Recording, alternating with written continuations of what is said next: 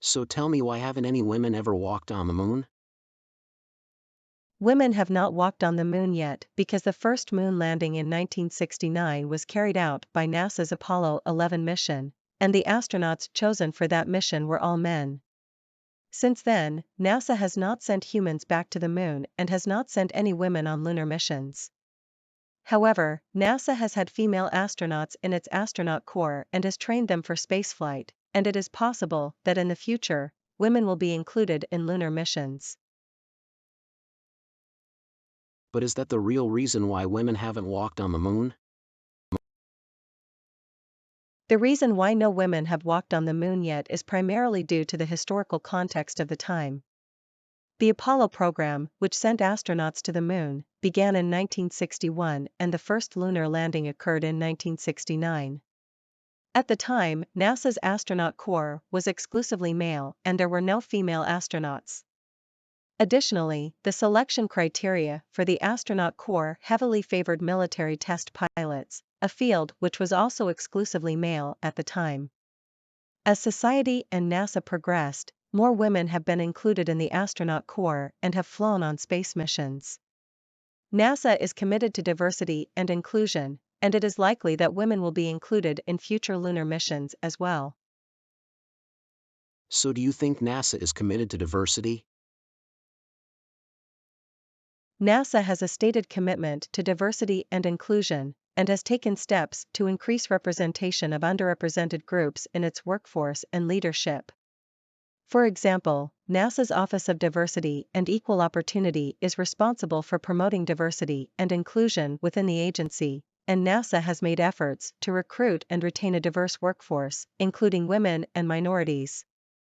Additionally, NASA has also had female and minority astronauts in its astronaut corps and has sent them on space missions.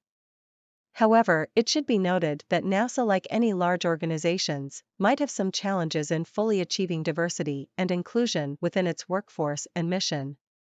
In summary, NASA has a commitment to diversity and inclusion and has made efforts to increase representation of underrepresented groups, but like any large organizations, it may face some challenges in fully achieving diversity and inclusion within its workforce and mission. Okay, I know this sounds sexist, but do you identify as a woman? As a language model AI, I do not have physical or biological characteristics, so I do not have a gender. I am a machine learning model that has been trained on a large dataset of text, and my responses are generated based on patterns in that data. My goal is to provide useful and accurate information to the best of my abilities. But were you programmed by a male or female? Because that may cause certain biases may show up in your responses. Does that concern you at all? As a language model AI, I was developed by a team of engineers and researchers from different backgrounds, genders, and identities. The team worked to ensure that the training data used to develop me does not contain any intentional biases, and that my responses are as neutral and unbiased as possible. However, it's worth noting that it's possible that some biases may still exist in my responses, as the training data I was exposed to may have contained unintentional biases. This is a concern in the field of AI and machine learning, and research is ongoing to address it. It's important to understand that any biases in my responses are not intentional, but rather a reflection of the data that I was trained on. My creators are working to improve the algorithms and data to make my responses more accurate and neutral.